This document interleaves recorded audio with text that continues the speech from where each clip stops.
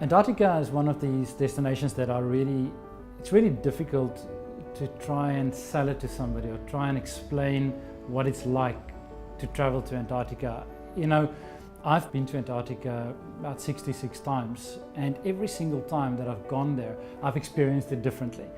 You know, when you travel together as a couple, you will experience it differently. A husband and a wife team, partners traveling together, nothing can prepare you for the first time that you see that iceberg, or when you set foot amongst a chinstrap penguin colony of 60,000 birds on a beach.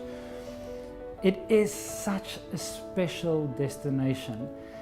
With Silver Sea Expeditions, we operate our 10-day, 12-day and 18-day voyages, starting every single year towards the middle of November, going through until the beginning of March. We won't ever start earlier than November, and we will never start an expedition at the beginning of March. Our expeditions will always end the first few days of March. And the reason for that is that before that and after that, there's hardly anything in Antarctica. And it's such an intense short summer season. Now these days there are quite a few companies out there that will advertise rather inexpensive voyages to Antarctica in October, beginning of November, end of March. And there's a reason why these voyages are cheap, because you really are not going to see anything. Antarctica is a very special place for the reason that animals congregate in masses between December and the end of February. You know, they have to arrive, they have to mate, they have to lay their eggs, the penguins, they have to fledge, they have to grow up, and then they have to leave the nest and the area where they were born, all in this period of maybe 6 weeks. You know, the idea of going to Antarctica is so unique.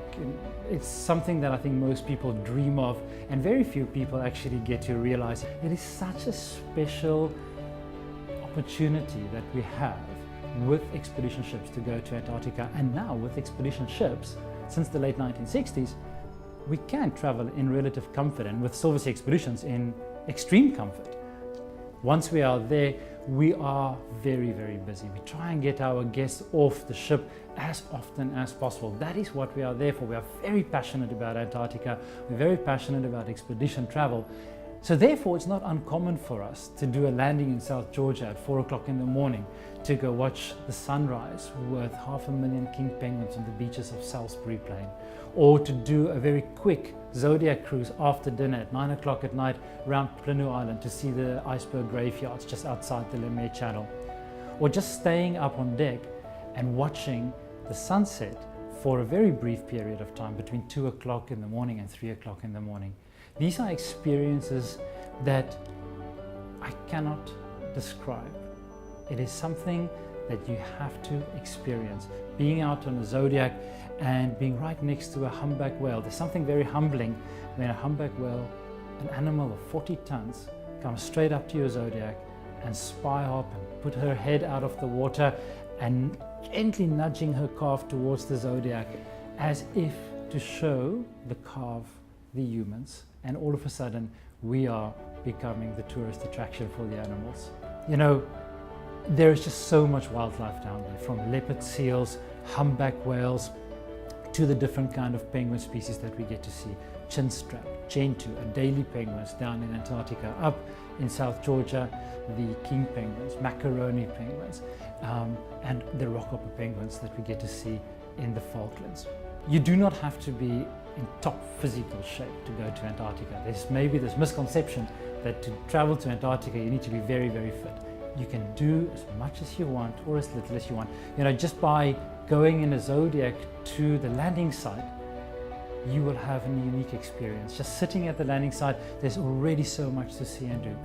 Or just enjoying the view from your suite or one of the public rooms on Silver Explorer or Silver Cloud.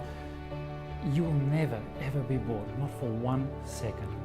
One of our favorite things to do with our ships is to stick them into the ice and drop the gangway straight onto the ice and walk from the ship onto the sea ice. Absolutely unique experience, and this you can only do when you have ships that have got an ice rating. We also visit places like Deception Island, where you have a caldera volcanic caldera that we sail into with the ship, and you can still see the geothermal activity with the steam rising out of these black volcanic beaches, and it's also a great opportunity to go for a polar plunge. On our voyages, our longer voyages that visit the Falklands as well as South Georgia, we get to see all the penguin species that this region has to offer. We also get to learn about the explorers such as Scott, Amundsen, and of course Shackleton, that have set out from South Georgia down towards Antarctica in search of fame, glory. Some of them failed, some of them succeeded.